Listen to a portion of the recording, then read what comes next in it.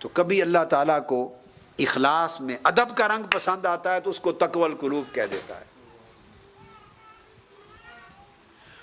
اب یہاں فرمایا کہ ایمان لاؤ، ایمان والے بنو، متقی بنو، اللہ سے ڈرو، تقوی رکھو، وَكُونُوا مَعَ الصَّادِقِينَ۔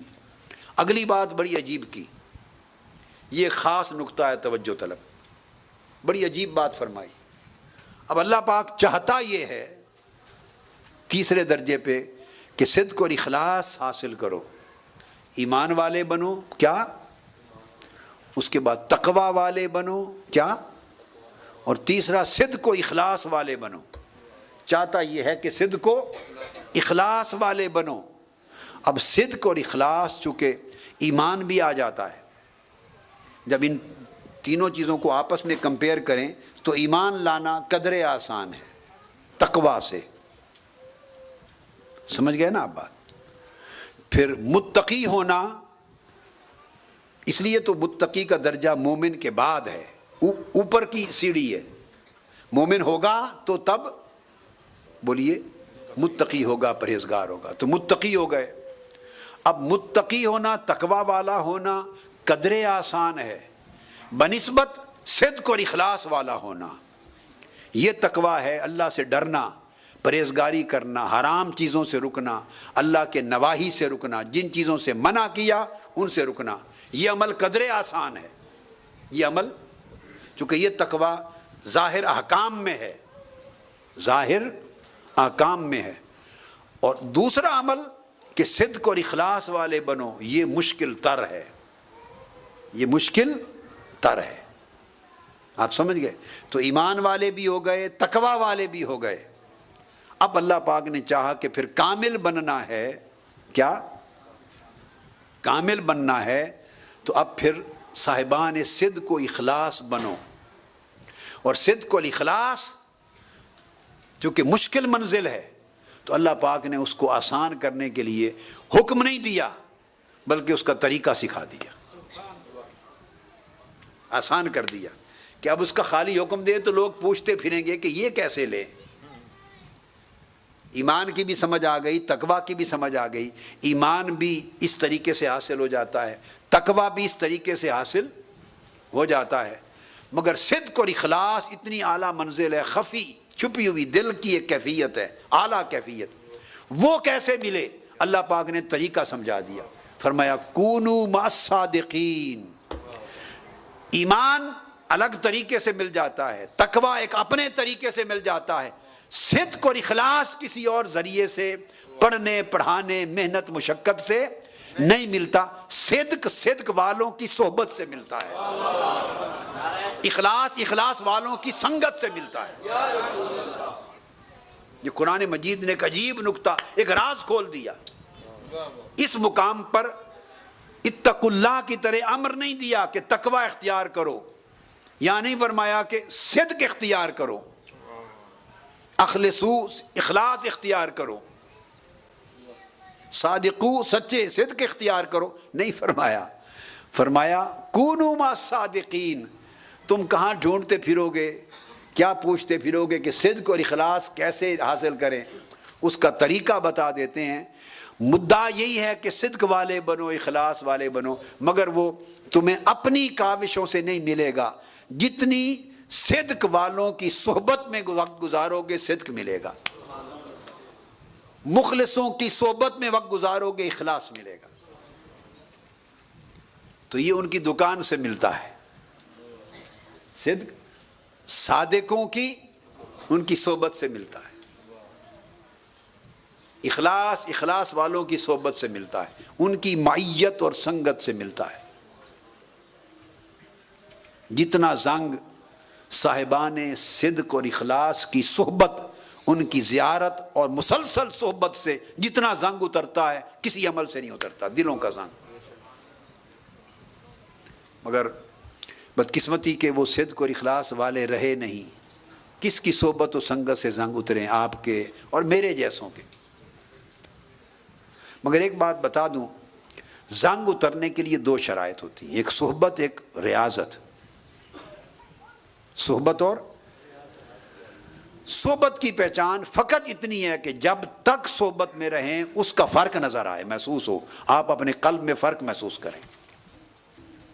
آپ دو صحبتوں میں بیٹھیں گے، ایک ایسی صحبت ہوگی کہ بیٹھیں گے اور آنے سے پہلے اور بیٹھنے کے بعد کوئی فرق نظر نہیں آئے گا، جیسے آئے تھے ویسے ہی دل کا حال ہے، دل میں رکت نہیں آئی، اللہ یاد نہیں آیا، صدق اور اخلاص کے لیے امنگ اور تڑپ نہیں ہوئی، گھنٹے گزارے، دن گزارے، دل کے اندر کوئی تبدیلی نہیں آئی، کوئی ارج پیدا نہیں ہوئی، آرزو نہیں بدلی، ایک اندر جذبہ نہیں بیدار ہوا، کیفیت نہیں بدلی، اسی طرح چلے گئے۔ ایک صحبت ایسی ہوگی کہ جب آئیں گے اس صحبت میں تو جب تک اس صحبت میں رہیں گے اللہ یاد آئے گا، جب تک صحبت میں رہیں گے صدق اور اخلاص، آخرت یاد آئے گی، دولت نصیب ہوگی، اللہ یاد آئے گا، تبدیلی محسوس ہوگی، دل کا حال بدلتا نظر آئے گا، ایک اندر تبدیلی، ایک رکت، کچھ کیفیات میں تبدیلی ہوگی، انسان کے احساسات میں تبدیلی ہوگی، یہ ایک صحبت ہے۔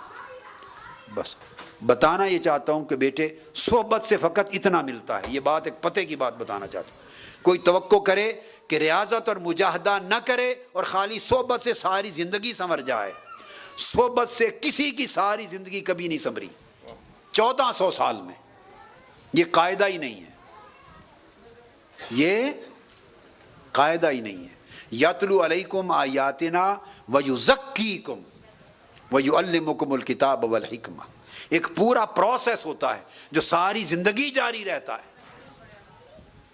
تو زندگی بدلنے کے لیے صحبت اس کا فاؤنٹین ہے، چشمہ ہے، صحبت ایک چابی ہے جو تالا کھول دیتی، جو صحبت نے تالا کھول دیا دل کا، تو اب اس کے بعد وہ صندوق ہے، تالا کھول دیا، اب اس کے بعد کچھ بھرنا ہے، آپ اس میں کوئی رکھیں، گندے کپڑے رکھ دیں، میلے کچیلے کپڑے رکھ دیں، سونے کے زیورات رکھ دیں، وہ تو آپ کی محنت ہے، وہ پھر آپ کی کمائی ہے۔ میری بات آپ سمجھ گئے نا؟ تو صحبت کی پہچان فقط یہ ہے کہ دوران صحبت کیفیات بدلتی ہیں، بدلتی محسوس ہوتی ہیں یا نہیں، جس کی کیفیت اس صحبت میں بیٹھا کرو، صرف اس صحبت کو اختیار کیا کرو کہ دوران صحبت آپ کا دل گواہی دے کہ کیفیات بدل رہی ہیں۔ جو دوران صحبت کیفیات دل کی نہ بدلیں اس صحبت میں مت بیٹھا کریں، خواہ وہ میری ذات ہی کیوں نہ ہو۔ جس صحبت میں دوران صحبت آرزو نہ بدلے، ارج نہ بدلے، دل کی کیفیات نہ بدلیں، تمنائیں نہ بدلیں، دل کا حال نہ بدلے، رقت نہ آئے، فکر آخرت نہ آئے، اللہ یاد نہ آئے، اس دوران صحبت وہ علامت ہے اس بات کی کہ یہ بیکار صحبت ہے، یہ بیکار صحبت۔ آقا علیہ السلام نے جب فرمایا صحابہ کرام کو اچھی صحبت میں بیٹھا کرو، کیا بیٹے؟ اچھی صحبت میں بیٹھا کرو، تو صحابہ کرام نے پوچھا یا اچھی صحبت کن کی؟ تو آقا علیہ السلام نے خیر الجلساء کی تعریف فرمائی، دو تعریفیں کی ہیں آقا علیہ السلام نے، دو الگ مقامات پر الگ مواقع پر دو تعریفیں کی ہیں۔ ایک فرمایا الا اخبرکم بخیارکم، کیا پھر تمہیں بتا نہ دوں کہ اچھی صحبت کن کی اور اچھے لوگ کون ہیں، اچھے لوگ بھلے لوگ کون ہیں؟ وہ کہتے ہیں نا اچھے سنگ ترے،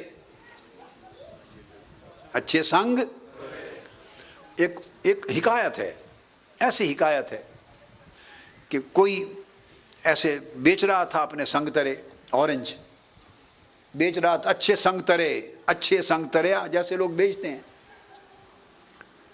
تو کوئی فقیر گزرا اہل اللہ میں سے، یہ کتاب میں پڑھا ہے میں نے، ہندوستان کے یعنی 16 فقراء کے احوال میں کسی میں، کسی فقیر نے مست اللہ والے نے آواز سنی، اس کو وجد آ گیا، بے ہوش ہو کر گر پڑا۔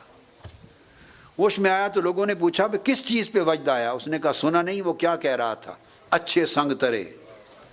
اب سننے والے کا دھیان تو سنگ تروں پر ہی تھا، اس نے کہا تو اس میں کیا ہے وجد کی اور رونے کی اور بے ہوش ہونے کی بات، وہ تو سنگ ترے بیچ رہا تھا۔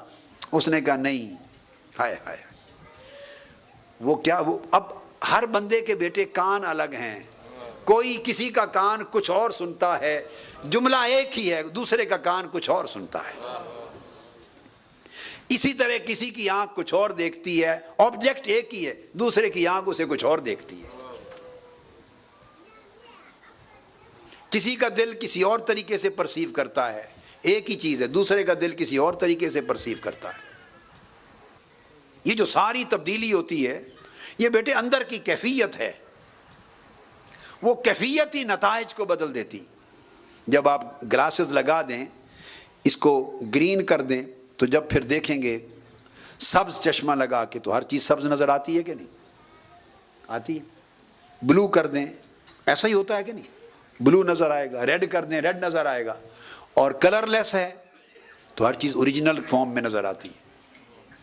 تو جس طرح چشمے کا رنگ بدل جائے تو آبجیکٹ اور رنگ میں نظر آتا ہے، تو اس طرح بابا دل کا رنگ بدل جائے تو نظر بدل جاتی ہے، سما بدل جاتا ہے، ذوق بدل جاتا ہے، باتیں بدل جاتی ہیں۔ اس نے کہا کہ بھئی سنگ ترے ہی بیچ رہا تھا، اس میں کیا وہ تو اپنے سنگ تروں کو اچھے کہہ رہا تھا۔ نہیں، اس نے کہا نہیں، وہ تمہیں سبق دینے آیا تھا، بتانے آیا تھا کہ اچھے سنگ ترے، اچھے سنگ اختیار کرو وہ تر جائیں گے، جو اچھے سنگ اختیار کر لیں گے وہ تر جائیں گے۔ کونوا مع الصادقین کا سبق دینے آیا تھا۔